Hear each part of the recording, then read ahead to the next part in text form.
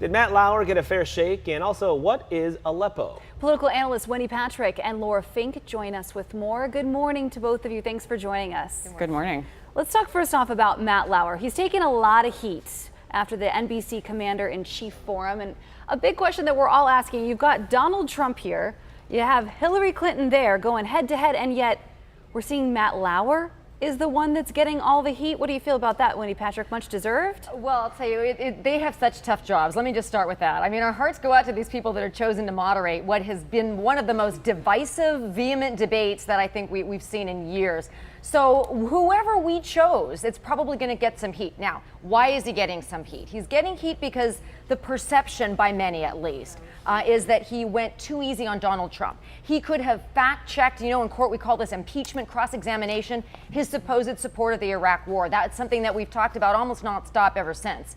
On the other hand, he spent an awful lot of time talking to Hillary Clinton about her emails. Now, of course, Clinton could have just said, look, this is asked and answered. Look at my website. There's what I've said. I'm not going to say it again. But instead, a significant portion of the time with her was spent on the emails where many people feel enough was not spent grilling Donald Trump. Was that due to a personality issue? In other words, Donald Trump is a very big personality, harder to contain, or was it simply due to lack of preparation? That's why he's come under some fire. Laura, what are your thoughts on that? Well, Matt Lauer was no Odell Beckham. He sure was dropping some balls. but like Wendy, I do feel for him. It's a tough job. Unfortunately, he has a reputation for being exceptionally well prepared, and it seemed that he was not. He was not prepared to challenge Trump, not only on his misstatements about the Iraq war and his claims on the Iraq war on the record. He was also not ready to challenge him when he disclosed classified briefings, which is unwarranted and certainly problematic. He also didn't challenge him successfully, except by presenting his statements from the past on the degree to which he is supporting Vladimir Putin. Some of the follow-up questions there fell by the wayside. And then on Hillary, it was actually, Wendy is right, a third of the time was spent on emails, and then he interrupted her when she was trying to give sophisticated answers to complicated problems in this forum on veterans, the military, and national security. So he really had trouble on both ends of the clock with Donald Trump and Hillary Clinton. Okay, I think we all agree Matt Lauer could have done a better job. Let's move on to talk about who came out on top here, Hillary or Donald, because the Commander-in-Chief Forum, we've seen this every presidential season. I mean, this is not a debate. This is more of a set-up stage with some questions. So is it even fair to say somebody came out on top over the other in something that is not a debate, Laura? Well, I think that it depends on your perspective. I think because of the nature of the questions, I mean, right now we're seeing what happened was really sort of a metaphor for what has been happening throughout the campaign and what we hope, and I think what America hopes will stop going into the debates, which is that Hillary Clinton is being treated like a presidential candidate should be treated, which is definitely to be focused on with a laser-like focus on making sure that the questions are challenging. And then on Donald Trump's side, I mean, he kind of gets away with sort of being the kid that doesn't really know, whether it's not to have a plan for terrorism, whether it is embrace of Putin, whether it is describing women's sexual assault in the military as being the fault of the integration of the sexes. I mean, all of these things would be disqualifying statements for any other candidate, but with Donald Trump, the bar has been lowered. So I think this was really a clarion call to figure out, since we are now 60 days out from the election, whether we're going to create the same focus on both of the candidates. And that's the next question. Let's talk about the polls themselves, and I want to send this one over to Wendy. So do you feel that the polls matter? Because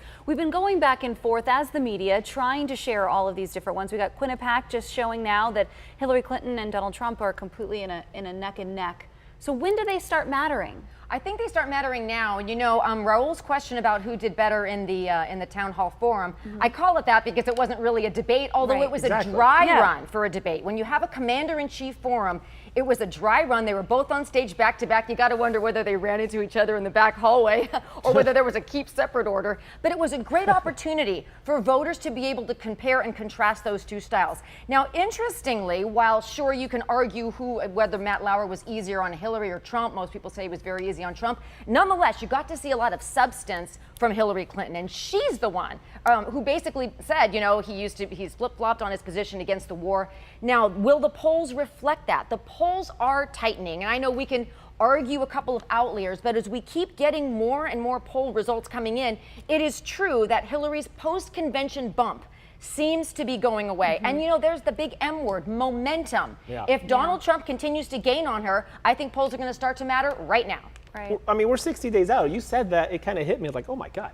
Yeah, First of all, I right. said finally, but then it's getting close. Let's talk about Gary Johnson. He's very close to getting on that debate stage, man. He's like just a couple points away to getting on that debate stage. You got to know what Aleppo is. Well, with his, and I don't know that he's that close, given that he doesn't know what Aleppo is. That was kind of his Sarah Palin Russia from my house moment. Right, right. And right now we always see, generally speaking, these third-party candidates will be vetted, and they kind of tend to fall by the wayside historically, and that's what we're seeing with Gary Johnson right now. And that matters with respect to the poll numbers we were just talking about, because he's been shown to have a negative impact toward Hillary Clinton, so she stands to benefit a little bit more from his fall. But I wanted to say one more thing about the poll numbers. The reason they matter now is because it has to do with where the campaigns will allocate their resources. Where they see the poll numbers are close, they're going to try to spend money and build infrastructure, and where they see them pulling away, they'll start to remove those dollars. So they matter now in terms of planning and investment. Wendy, you get the last word here. Okay, Raul, hashtag what is Aleppo has been Hashtag, trending yes. ever since Gary's Syrian slip-up. It's true, we do expect our presidential nominees to have a good working knowledge of foreign policy, but the reason they have a cabinet is because you can't expect a presidential nominee to know everything. Now, he should have known what Aleppo was. Right. But you know, there's a lot of people that find credence to his explanation. His explanation was not, gee, I was high on pot. It was, we were talking about Though a he could different have been. topic. And I thought that it was some kind of an acronym. It was, he blanked, he spaced out. Remember, lots of candidates, they've got lots of information. And I got to tell you, most Americans couldn't have told you what Aleppo is, unless, you know, except the ones that follow politics closely. Now, that doesn't excuse you want your nominees to know what it is. He said he knew what it was. He said it was a blank. I don't know that he would have made the debate stage anyway. Although you would hope that your commander-in-chief would know. That's the point. At That's this why point. it's trending. Yes. That's why it's trending as heavily as it is. Absolutely. Wendy Patrick, Laura Fink, as always, now with 60 days, as you said, left. I'm sure we'll see much more of both of you. Thank you for joining us this morning. Thanks, Abby. Thanks, Raul. Time now for your